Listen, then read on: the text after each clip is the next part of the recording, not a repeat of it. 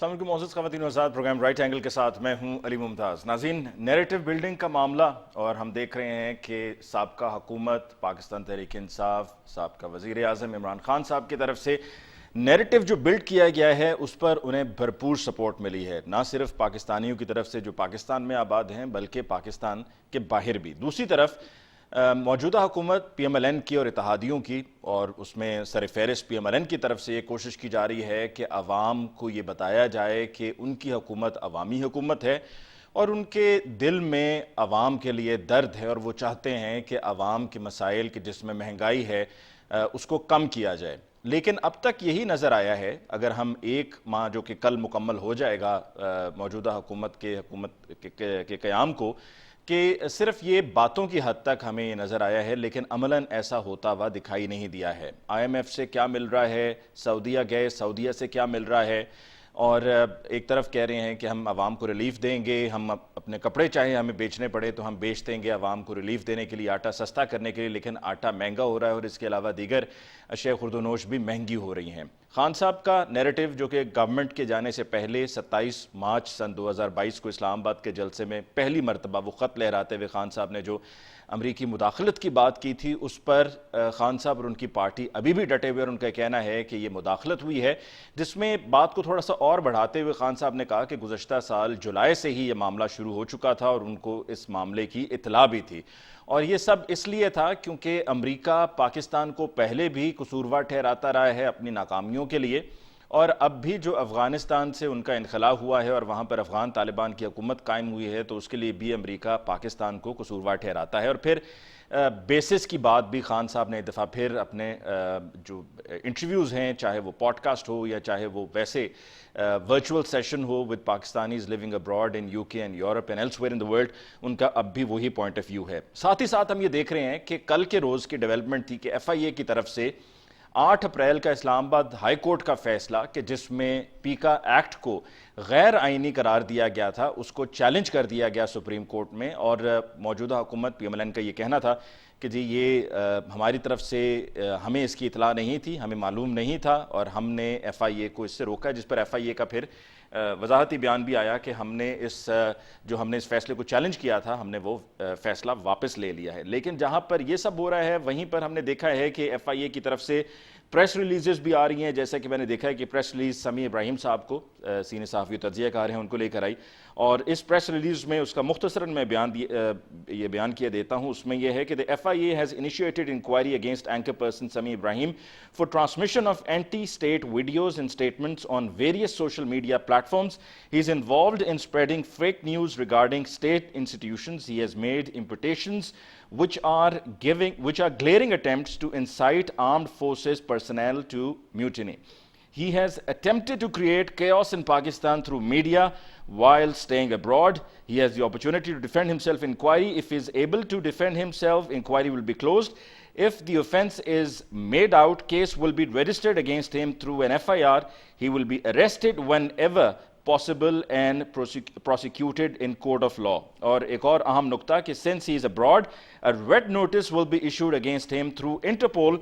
His name will be placed on ECL, that is the exit control list. آج کے programme میں جی ہم گفتگو کا آغاز کرتے ہیں۔ ہمیں جوائن کیا ہے سینئر تجزیہ کار زیغم خان صاحب نے۔ زیغم خان صاحب کو بہت بہت شکریہ کہ آپ نے ہمیں جوائن کیا۔ ہمیں جوائن کیا ہے سینئر اینالسٹ ظفر ہلالی صاحب نے۔ ظفر ہلالی صاحب، آپ کو بہت بہت شکریہ for joining us on the show tonight.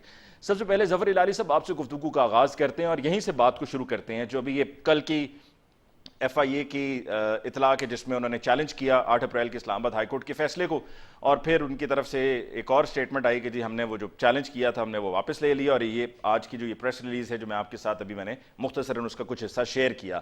So where are we heading to Zafar Hilali صاحب؟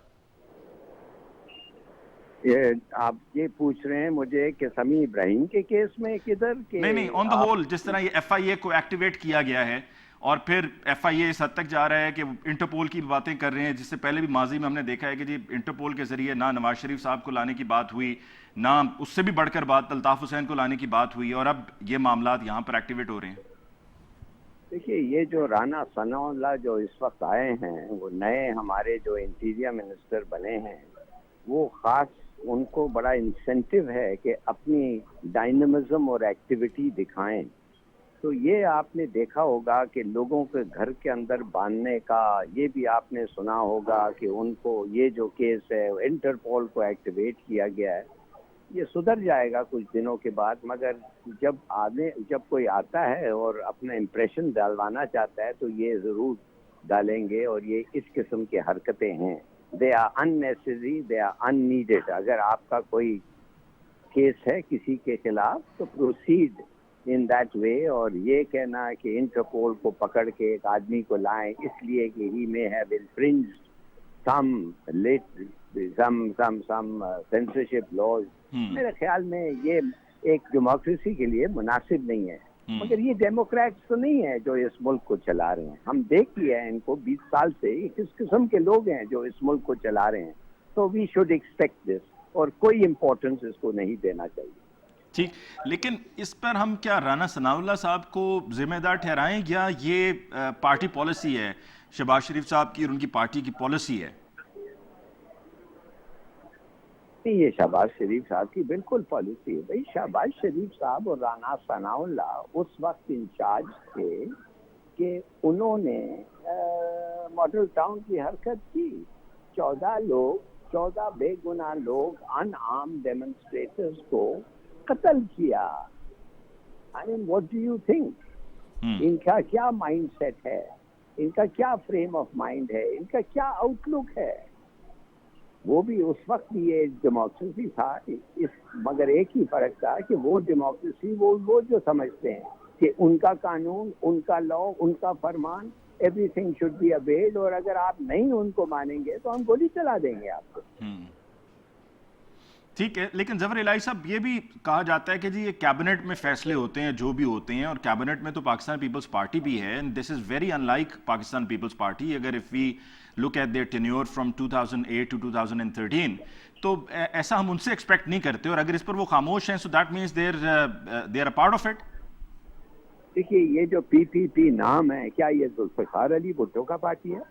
کیا یہ بے نظیر بھٹو کا پارٹی ہے؟ ہاں ostensibly ہے، مگر کیا اس کا جو اسپرٹ ہے، اس کا جو گائیڈنگ سائیکی ہے، یہ وہ چلا رہے ہیں؟ Absolutely not. یہ تو ایک بالکل ایک مختلف آدمی ہے جس کا معاف کریے والد صاحب کو بھٹو صاحب کے وہ جو ہوم سیکرٹری احمد صادق، انہوں نے کہا کہ تو تم چلے جاؤ، اس لیے بھٹو تمہارے پیچھے لگا ہوا ہے. اس قسم کے لوگ ابھی they have become the leaders of the party. So I don't think کہ آپ یہ کہیں PPP has changed completely, utterly transformed in the hands of Mr. Zardari. It is not the PPP of old. The only thing of old is G.A. Bhutto, that's all. اور وہ ضروری ہے اس لیے کہ اگر وہ سلوگن نہیں ہوتا تو جتنے ووٹ مل رہے ہیں وہ بھی کوئی نہیں ملتے. ٹھیک، زیغم خان صاحب آپ کی طرف آتے ہوئے یہ جو FIA کی پریس ریلیز میں نے شیئر کی ہے، کل کا بھی معاملہ پیکا ایکٹ کو لے کر، اور اب پھر دوبارہ یہ جو پریس ریلیز آئی ہے، اور فریڈم آف ایکسپریشن کی بات گو کے کہا جاتا ہے گورنمنٹ کی طرف سے، موجودہ گورنمنٹ کی طرف سے، کہ جی ہم فریڈم آف ایکسپریشن کے ساتھ ہیں. لیکن کیا آپ سمجھتے ہیں کہ یہ فریڈم آف ایکسپریشن لوگوں کو آزادی اظہار رائے سے روکنے کے لیے یہ سب کیا جا رہا ہے، اور گورنمنٹ کے لیے سوشل میڈیا پر اپنے کرٹیسزم کو برداشت کرنا مشکل ہو گیا ہے، اس وجہ سے یہ سب کیا جا رہا ہے؟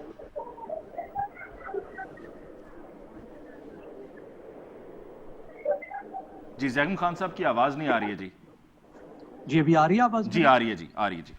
جی دیکھیے علی صاحب، جو آزادی اظہار کی بات ہے، یہ تو وہ امتحان ہے جو ہر حکومت کی طرح اس حکومت کو بھی دینا ہے.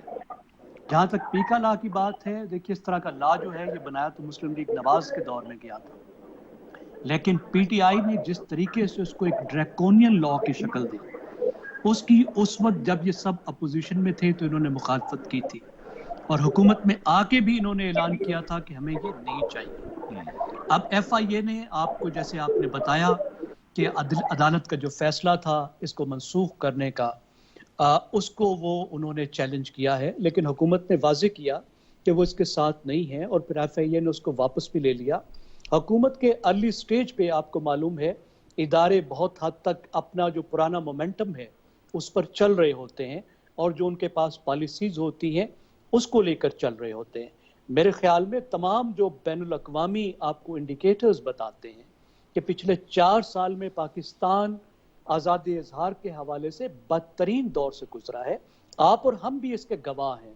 ہمیں بھی معلوم ہے کہ ہمارے بولنے پر کس طرح کی قدغن جو ہے وہ لگائی گئی, کس طرح میڈیا کے لوگوں کو نوکریوں سے محروم کیا گیا, ان کو نکال کر باہر پھینکا گیا, کس طرح کی سینسرشپ, ایک سیلف سینسرشپ بھی اور باہر سے بھی سینسرشپ آئی, کس طرح گرفتاریاں ہوئی, کس طرح صحافیوں کو اٹھایا گیا. اب کیا اسی طرح کا دور دوبارہ آئے گا یا یہ ایک مختلف طریقے پہ جائیں گے؟ ظاہر ہے اس کا تعین تو آنے والے وقت نے کرنا ہے. لیکن اگر ہم پیچھے جائیں تو 2008 سے جو 2018 والا دور تھا اس میں ہم نے بہت آزادی اظہار دیکھا. اس طرح کا کچھ نہیں ہوا تھا جس طریقے سے پچھلے 4 سال میں ہوا.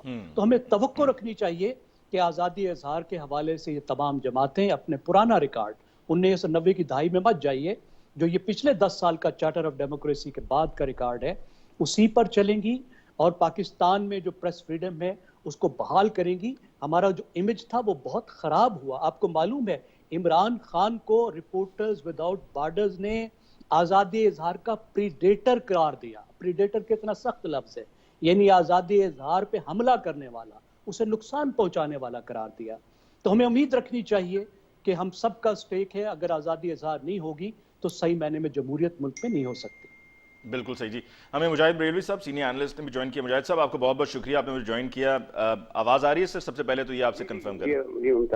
جی مجاہد بریلوی صاحب, یہ جو ایف آئی اے کو لے کر معاملات کو چلایا جا رہا ہے جس میں ابھی وہ میں نے کوٹ بھی کیا پریس ریلیز ایف آئی اے کی کہ سمیع ابراہیم صاحب کو بھی انہوں نے کہا ہے کہ انہوں نے ٹرانسمیشن کی ہے آف اگینسٹ اینٹی اسٹیٹ ویڈیوز انہوں نے چلائی ہیں, اسٹیٹمنٹس بھی ان کی ہیں سوشل میڈیا پلیٹ فارمز پہ, اور پھر ان کا یہ بھی کہنا ہے کہ جی آ کے ڈیفینڈ کریں, اگر ڈیفینڈ نہیں کریں گے تو پھر انٹرپول کے ذریعے ان کو پاکستان لایا جائے گا اور ان کے خلاف ایف آئی آر بھی درج کی جائے گی. تو آزادی اظہار رائے کی بات ہو رہی ہے, ابھی زیغم خان صاحب نے بھی اپنی رائے کا اظہار کیا, ظفر ہلالی صاحب نے بھی کیا. کیا آپ سمجھتے ہیں کہ جو 2013 سے 2018 تک پی ایم ایل این نے اپنی گورنمنٹ میں نہیں کیا, جو کہ اس میں ہم نے دیکھا کہ بہت کچھ کہا گیا خاص طور پہ 2014 کے دھرنے کے دوران, تو اب جو کرنے جا رہے ہیں اس کے پیچھے کیا معاملات ہو سکتے ہیں, کیا وجوہات ہو سکتی ہیں کہ جو پہلے نہیں کیا وہ اب کر رہے ہیں, کہ پکڑ دکڑ اور اس طرح سے لوگوں کو ان کو پریشرائز کر کے ان کی آواز کو دبانے کی کوشش؟ دیکھیں ایک تو علی, میں جو بات کروں گا وہ پاپولر بات نہیں ہوگی, اور آپ جو آزادی اظہار کی بات کرتے ہیں, بدقسمتی میں تاریخ میں گیا ہوں اور میں نے ہم نے ضیاء الحق کا دور دیکھا ہے, اور اس وقت جب ہمارے اخبارات بند ہوئے تھے تو ماشاء اللہ کورٹوں سے 6 ماہ کی قید بامشقت ہوئی تھی, حتیٰ کہ پاکستان کی تاریخ میں پہلی بار صحافیوں کو کوڑے تک مارے گئے تھے. اور بعد میں یہی پھر شریفوں کو, جن کی عمر جاتی تھی, شریفوں کی یہاں حکومت رہی. اس دور میں بھی نہیں جاؤں گا کہ حسین حقانی اور نجم سیٹھی کو کس طریقے لے آ کے, وہ تو مثالیں تھی, پیٹا گیا, کس طرح یہاں آزادی صحافت تھی. اور آج میں یہ سمجھتا ہوں کہ یہ جو میڈیا جی کی آزادی کی بات کرتے ہیں نا جناب, جتنا آج میڈیا آزاد ہے, آپ ٹیلی ویژن پر آ کر اس پرائم منسٹر کی بیوی کی اندرونی کی زندگی کی باتیں کرتے ہیں, آپ ٹی وی پہ آ کے چور ڈاکو جو منہ میں آ کے کہتے ہیں, کیا یہ ہے؟ میں آزادی صحافت کو جوڑتا ہوں آزادی تحفظ ملازمت سے. یہ مجھے بتائیے, آپ بڑے ماشاءاللہ اینکر ہیں علی ممتاز صاحب, سینئر, میں بڑا ہوں, مجھے ابھی میں دیکھتا ہوں, ایک میں فون کال کرتا ہوں جب یہ میں کہوں گا کہ 12 چینلوں میں کتنے عرصے سے تنخواہیں نہیں ملی جی, کتنے صحافی جو ہے وہ ڈیسکوں پہ دم توڑ گئے, کتنے 5000 لوگوں کو نکالا گیا. تو ہماری یہ P F U J, Pakistan broadcasting, A P N S, C P N E, جو اس وقت جوائنٹ ہو کر حکومت کے پیکا کالر آرڈیننس کے خلاف لڑ رہی ہے, کیا انہوں نے تحفظ ملازمت کے لیے کبھی جلوس نکالے, کبھی آوازیں اٹھائیں, احتجاج کیا, زبانی کلامی کیا؟ اور یہ مجھ سے اس لیے بات نہیں کرے کہ ہم ان دونوں دور سے گزرے ہیں, ضیاء الحق کا بھی دور دیکھا, شریفوں اور زرداریوں کا بھی دور کرا, اور عمران خان کا بھی دیکھا, اور ہم نے پریس آف پبلیکیشن اور یہ سب باتیں انڈیویجول ہے. سب سے بڑھ کر یہ کہ آپ کے چینل پارٹیاں بن گئے ہیں, چاہے سمیع ابراہیم کی ہو, چاہے حامد میر کی ہو, چاہے اے آر وائی والوں کی ہو, ان کے اپنے اپنے ایجنڈے ہیں جو مالکان کے اوپر چل رہے ہیں. میں تو نہیں سمجھتا کہ کوئی, ہم نے بھی پوری آزادی صحافت کی لڑائی لڑی ہے, لیکن میری اس وقت لڑائی ہے پروٹیکشن آف جاب. مجھے بتائیے علی ممتاز صاحب اور مجاہد بریلوی کو, آج جو میں تو کرائے گھر میں رہتا ہوں, کل مجھے اگر پہلی کو تنخواہ نہیں ملی تو میں اپنے گھر کا کرایہ دوں گا, بجلی کا بل گیس کا دوں گا, بچوں کی فیسیں دوں گا. آپ مجھے آزادی صحافت بتا رہے ہیں میں اس کے لیے لڑوں؟ اور یہ بدترین دور عمران خان کا رہا ہے, یہ 3 سال کا رہا ہے. 2008 سے 13 کا بڑا آئیڈیل دور رہا ہے سندھ میں. کیا باتیں آپ لوگ کرتے ہیں, آپ کہتے ہیں مکس کر دیا اس بات کو, پی کا آرڈیننس, فلاں آرڈیننس, یہ جو آپ لوگوں نے نئے مالکان نے نکالے, اور ان کے اور یہ کہتے ہیں جی ہمارے جو ہے عمران خان کے دور میں ہماری اسٹار ختم ہوئے. میرے ساتھ آپ بیٹھ جائیے اپنے علی ممتاز صاحب اور ان مالکان کو بلائیے ڈیسک پہ, حساب کتاب یہ 2 سال کا لے کے آئے, میں بھی بیٹھتا ہوں. انہیں 2019-20 میں 680 کروڑ کے اسٹار ملے ہیں, 680 کروڑ کے, جو پچھلے سے 100 کروڑ کم تھے, اور یہ 40% جنگ گروپ اور اے آر وائی گروپ ہم گروپ کو ملے ہیں. ان سے پوچھیں یہ تنخواہیں صحافیوں کو 8 ماہ سے اور جو نہیں ملی ہے, ان کی جو تنخواہوں میں کمی ہے کس نے کی ہے؟ اس پر تو آواز نہیں اٹھتی. ہمیں سبق پڑھایا جاتا تھا آزادی صحافت کا. ہم نے تو 10 سال فٹ پاتھوں میں بے روزگاریاں دیکھی ہیں. یہ کیسے آپ لوگ کی آزادی صحافت کے اظہار جو ہے چینلوں پہ لائیو چل رہا ہے, آپ کے جلسے چلوسے لائیو چل رہے ہیں, جس میں آپ پرائم منسٹر صدر جس کو چاہے گالم گلوچ کر رہے ہیں. مجھے ابھی آپ اجازت دیے 2 منٹ میں چینل جو ہے بند ہو جائے گا, میری آواز بند ہو جائے گی. آج کل حال یہ ہے. اب ہمیں آپ سکھا رہے ہیں سبق جو ہے آزادی صحافت کا. تو آپ کی نظر میں یہ جو تمام معاملات ہیں اس کے بیک گراؤنڈ بھی دیکھنا بہت ورکنگ جرنلسٹ کا ایشو آزادی صحافت نہیں ہے. ورکنگ جرنلسٹ کا ایشو تحفظ ملازمت پہلا ہے. میری تحفظ ملازمت ہوگی, اس کے بعد میں آزادی صحافت کے لیے لڑوں گا. جب میری جاب ہی نہیں ہوگی, آپ کو نہیں, ہم لڑکیوں کو جو ہے ان کو گارڈ جو ہے باہر روک لیا کرتا تھا. آپ کو ہمیں کتنی بار گارڈ ہونے کا اندر مت داخل ہوا ایسا یا نہیں ہوا؟ کتنے بھائی آپ کے صحافی نکلے ہیں میرے اور آپ کے لیے؟ کوئی بھی نہیں نکلا. ہم نے چہرے نہیں دیکھے ان کے اپنے مالکان اخبار کے, کوئی بھی نہیں نکلا. تو آواز نہیں اٹھاتا کوئی بھی نہیں نکلا. بات کرنے کہیں گے یہ الگ ایشو ہے, اس کو الگ رکھیے. سوری ٹو سے, مجھ سے کم از کم ہم جیسے 2-4 لوگ جو بچے ہیں ان کے ہمیں کوئی سبق مت پڑھائے آزادی صحافت کا, جنہوں نے ساری زندگی لڑی اور ابھی تک اس میں شامل ہیں. سب سے آگے ابھی بھی کھڑے ہوتے ہیں. جب بول بند ہوا تھا سب سے پہلے جا کے میں نے وہاں پر مظاہرہ بھی کیا اور کہا میں اپنی تنخواہ کا 5% دوں گا اس میں. جنگ گروپ کی جدید میں ہم سب سے آگے تھے. یہ جو ان کا جو ہے جو انہوں نے پولیٹیکل ایجنڈا ٹھوس دیا ہے, یہ وقت ہو یا پہلا ہو, آزادی صحافت تاکہ میں نے کہا نا پہلا ہمارا پروٹیکشن آف جاب ہے, تحفظ ملازمت ہے, پھر ہمارا مزہ آزادی صحافت ہے. بالکل ٹھیک سر, ایک وقفہ ہم لے لیں سر, وقفے کے بعد لوٹ کر آئیں گے تو جو موجودہ سیاسی معاملات چل رہے ہیں اس پر بات ہوگی ایک بریک کے بعد.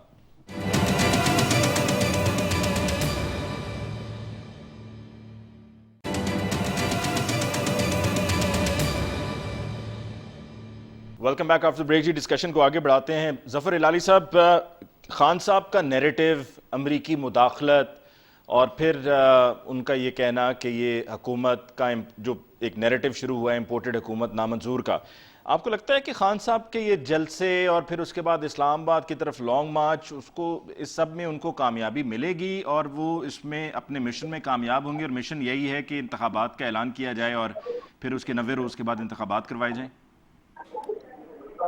انشاءاللہ کامیاب ہوں گے, کیوں نہیں.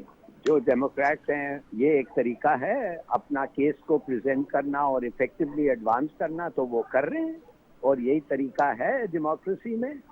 تو کیوں اگر بھی نہ ہوا, طریقہ تو یہی ہے نا.